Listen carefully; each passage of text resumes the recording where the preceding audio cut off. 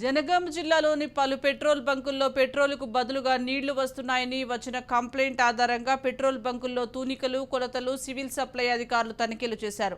ఎలాంటి తప్పిదాలు జరిగినా వారిపై చట్టరీత్యా చర్యలు తీసుకుంటామని అధికారులు హెచ్చరించారు.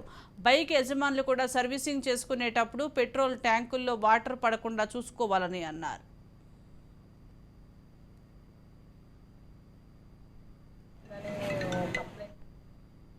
తర్వాత ఇప్పుడు మనకి ఈ బంక్లో అబ్దుల్ సత్తర్ కాసిం బంక్లో కూడా ఇదే విధంగా వాటర్ వచ్చిందంట కంప్లైంట్ రాగానే అక్కడ ఉన్న ఐఓసీఎల్ సేల్స్ ఆఫీసర్తో కూడా ఎంక్వైరీ చేయడం జరిగింది. ఈ రోజు కూడా మన డిపిసిఎల్ సేల్స్ ఆఫీసర్తో ఎంక్వైరీ చేయడం జరిగింది. అందులో ఏంటంటే కల్తీ అనే దానికి మన పేపర్ టెస్టింగ్ ఉంది. ఆ పేపర్ టెస్టింగ్ చూపించాము. ఏదైనా కల్తీ ఉంటే మాత్రం దాని మీద ఆ పేపర్లో మనకు కలర్ చేంజ్ అవుతుంది, అదొక చూపించాము. నెక్స్ట్ డిప్ వేయించేసి డిప్లో కూడా మనం వాటర్ టెస్టింగ్ పెట్టేసి దాంట్లో ఆయింట్మెంట్ పెడితే దాంట్లో ఒకవేళ వాటర్ ఇట్లా కలిస్తే పింక్ కలర్లో వస్తుంది.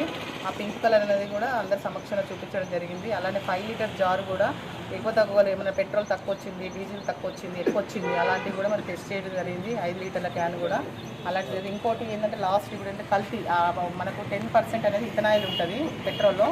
ఆ ఇథనాయిల్ కూడా 200 mlలో మనం పెట్రోల్ తీసుకొని 50 ml వాటర్ కలిపితే ఆ ఇథనాయిల్ ఎలా వస్తుంది అనేది చూపించడం జరిగింది. కావున అందరూ కూడా కస్టమర్స్ ఇప్పుడు బండ్లు కూడా సర్వీసింగ్ ఇచ్చేటప్పుడు జాగ్రత్తగా దాన్ని లాక్ వేసుకొని ఎక్కడ కూడా అక్కడ పెట్రోల్ ట్యాంక్లో వాటర్ పోకుండా ఏదైనా వర్షం పడ్డప్పుడు కూడా డాట్ పోకుండా జాగ్రత్తలు తీసుకుంటే సరిపోతుంది.